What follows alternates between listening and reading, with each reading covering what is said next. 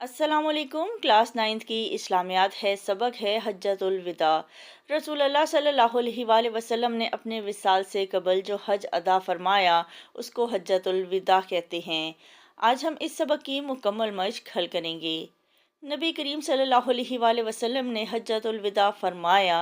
जवाब है 10 हिजरी। नंबर 2, हज और उम्रे के लिए इकट्ठा एहराम बांधना कहलाता है। जवाब है हज्जे किरान। नंबर 3, हदी से मुराद है। जवाब है कुर्बानी का जानवर। नंबर 4, नबी करीम सल्लल्लाहु अलैहि वसल्लम ने हज्जतुल विदा से वापसी पर किस मकाम पर हज़रत अली अल मुर्तज़ा करमुल्लाह वजहाहुल करीम की शान बयान की। जवाब है गदीर खुम। नंबर 5, खुतबा हज्जतुल विदा में रसूलुल्लाह सल्लल्लाहु अलैहि वसल्लम ने सहाबा कराम रज़ियल्लाहु ताला अन्हुम से गवाही ली। जवाब है रिसालत का हक अदा करने पर। मुख्तसर जवाब दें। सवाल नंबर 1, गदीर खुम के हवाले से हज़रत अली अल मुर्तज़ा करमुल्लाह वजहाहुल करीम की फ़जीलत बयान करें।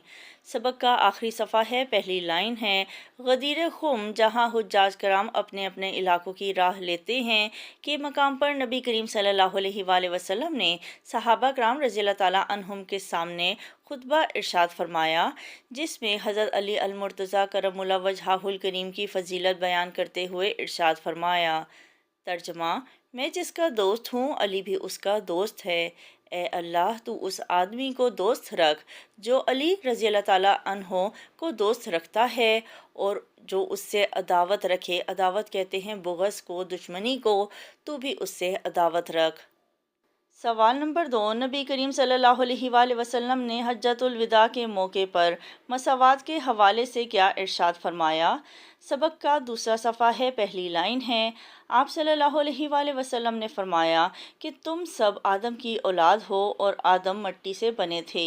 किसी अरबी को अजमी पर और किसी अजमी को अरबी पर, किसी काले को गोरे पर और किसी गोरे को काले पर कोई फजीलत नहीं सिवाय तकवा के। इसका मतलब ये है कि रंग या नस्ल की बुनियाद पर किसी को फजीलत हासिल नहीं हो सकती सिवाय उस शख्स के जो अल्लाह ताला का फरमाबरदार है, नेक है, परहेजगार है। यही वो चीज़ है जिसकी वजह से एक इंसान दूसरे पर फजीलत रख सकता है। सवाल नंबर 3, नबी करीम सल्लल्लाहु अलैहि वसल्लम ने हदायत और रहनुमाई के लिए किन दो चीज़ों को मजबूती से पकड़े रखने का हुक्म दिया है। सबक का दूसरा सफ़ा है, पहला पैराग्राफ है, आप सल्लल्लाहु अलैहि वसल्लम ने फरमाया, मैं तुम्हारे दरमियान ऐसी दो चीज़ें छोड़ के जा रहा हूँ कि अगर तुम इन्हें मजबूती से पकड़े रखो तो कभी गुमराह ना होगे। वो अल्लाह ताला की किताब और मेरी सुन्नत है। तफसीली जवाब दें। सवाल है, हज्जतुल विदा पर जामे नोट लिखें। हेडिंग्स बनाकर हम इसका जवाब लिखेंगे। सबसे पहले हम लिखेंगे तारुफ। रसूलुल्लाह सल्लल्लाहु अलैहि वसल्लम ने अपने विसाल से कबल जो हज अदा फरमाया उसको हज्जतुल विदा कहते हैं। दूसरी हेडिंग है हज का ऐलान। इस्लाम की दावत व तबलीग की ज़िम्मेदारी की तकमील के बाद नबी करीम सल्लल्लाहु अलैहि वसल्लम ने हज का ऐलान फरमाया। आप सल्लल्लाहु अलैहि वसल्लम के ऐलान हज पर हर तरफ से मुसलमान इकट्ठे हो गए। मदीना मुनव्वरा से रवानगी। हफ्ता 26 ज़िलक़द 10 हिजरी को आप सल्लल्लाहु अलैहि वसल्लम ज़ोहर की नमाज के बाद मदीना मुनव्वरा से रवाना हो गए। नमाज असर से पहले जुल हलीफ़ा पहुंच गए। जुल हलीफ़ा जो मदीना मुनव्वरा के करीब मिकात है, ये एक जगह का नाम है जहां हजूर पाक सल्लल्लाहु अलैहि वसल्लम ने एहराम बांधा था। वहां पहुंचकर असर की नमाज कसर यानी 2 रकत पढ़ी और रात वहीं गुजारी। कसर कहते हैं नमाज को मुख्तसर करने को। तो जब आप सफ़र में होते हैं तो आप नमाज को मुख्तसर कर सकते हैं। जैसे असर की 4 रकतें होती हैं तो आप 2 रकत पढ़ सकते हैं। हज और उम्रे का आगाज़। अगले दिन ज़ोहर की नमाज से पहले नबी करीम सल्लल्लाहु अलैहि वसल्लम ने गुस्ल किया, सर और बदन में खुशबू लगाई, तहबंद बांधा, चादर ओढ़ी। मर्दों के इहराम की 2 चादरें होती हैं, एक कमर में बांधने वाली और एक ओढ़ने वाली। तो जो कमर में बांधते हैं उसको तहबंद कहते हैं। और 2 रकत नमाज ज़ोहर पढ़ी।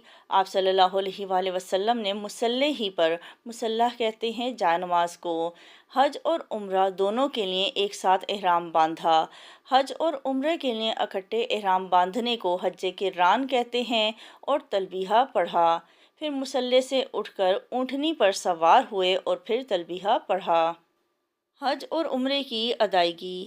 آپ صلی اللہ علیہ وآلہ وسلم ایک ہفتے کے سفر کے بعد مکہ مکرمہ کے قریب پہنچے تو ذی طویٰ مکہ مکرمہ کے قریب ایک تاریخی مقام کا نام ہے میں رات گزاری اور وہیں فجر پڑھ کر غسل فرمایا۔ پھر مسجد الحرام میں داخل ہوئے۔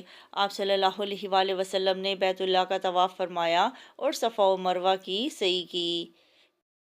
پھر بالائی مکہ میں حاجون کے بعد قیام فرمایا اور دوبارہ طواف نہیں کیا، البتہ احرام برقرار رکھا، کیونکہ آپ صلی اللہ علیہ وآلہ وسلم نے حج اور عمرے کا احرام اکٹھا باندھا تھا، اور اس کی وجہ یہ تھی کہ حضور نبی کریم صلی اللہ علیہ وآلہ وسلم ہدی یعنی قربانی کا جانور ساتھ لائے تھے۔ پھر آپ صلی اللہ علیہ وآلہ وسلم 8 ذی الحج ترویہ کے دن منا تشریف لے گئے۔ 8 ذی الحج کو یوم ترویہ بھی کہتے ہیں۔ منا میں نبی کریم صلی اللہ علیہ وآلہ وسلم نے ظہر، عصر، مغرب، عشاء اور اگلے دن 9 ذی الحج فجر تک کی 5 نمازیں پڑھیں۔ 9 ذی الحج کو سورج طلوع ہونے کے بعد آپ صلی اللہ علیہ وآلہ وسلم منا سے چل پڑے اور عرفات تشریف لے آئے۔ وادی ارنا میں خطبہ۔ وادی ارنا ایک مشہور وادی ہے جو میدان عرفات کے قریب واقع ہے۔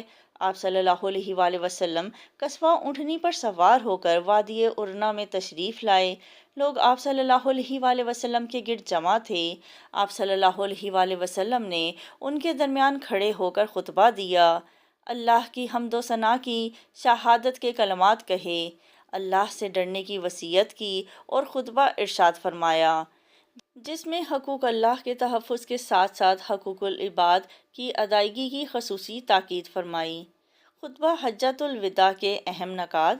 آپ صلی اللہ علیہ وآلہ وسلم نے حقوق اللہ کے تحفظ کے ساتھ ساتھ حقوق العباد کی ادائیگی کی خصوصی تاکید فرمائی۔ آپ صلی اللہ علیہ وآلہ وسلم نے فرمایا کہ تم سب آدم کی اولاد ہو اور آدم مٹی سے بنے تھے۔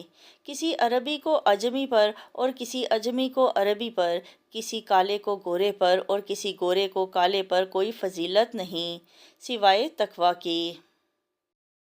آپ صلی اللہ علیہ وآلہ وسلم نے ایک دوسرے کی جان، مال اور عزت کے تحفظ پر خاص زور دیا۔ آپ صلی اللہ علیہ وآلہ وسلم نے زمانہ جاہلیت کی رسومات کے خاتمے کا اعلان فرمایا۔ آپ صلی اللہ علیہ وآلہ وسلم نے تاکید فرمائی کہ تم لوگ عورتوں کے بارے میں اللہ سے ڈرو اور ان کے حقوق ادا کرو۔ آپ صلی اللہ علیہ وآلہ وسلم نے معاشرے کے پسماندہ طبقوں اور ماتحتوں کے ساتھ حسن سلوک کی تاکید فرمائی۔ آپ صلی اللہ علیہ وآلہ وسلم نے فرمایا، میں تمہارے درمیان ایسی 2 چیزیں چھوڑ کے جا رہا ہوں، اگر تم انہیں مضبوطی سے پکڑے رکھو تو کبھی گمراہ نہ ہوگے، وہ اللہ تعالیٰ کی کتاب اور میری سنت ہے۔ رسالت کے حق کی گواہی۔ آپ صلی اللہ علیہ وآلہ وسلم نے فرمایا، اور تم سے قیامت میں میرے بارے میں سوال ہوگا تو پھر تم کیا کہو گے؟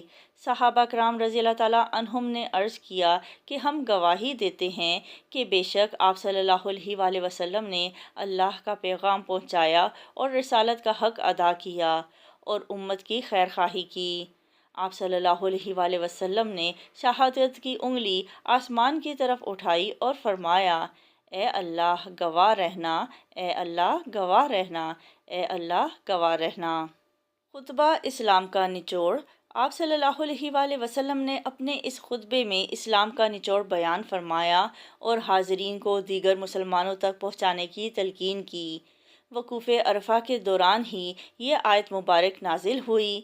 ترجمہ: آج کے دن میں نے تمہارے لیے تمہارا دین مکمل کر دیا اور تم پر اپنی نعمت پوری کر دی اور تمہارے لیے اسلام بطور دین پسند فرمایا۔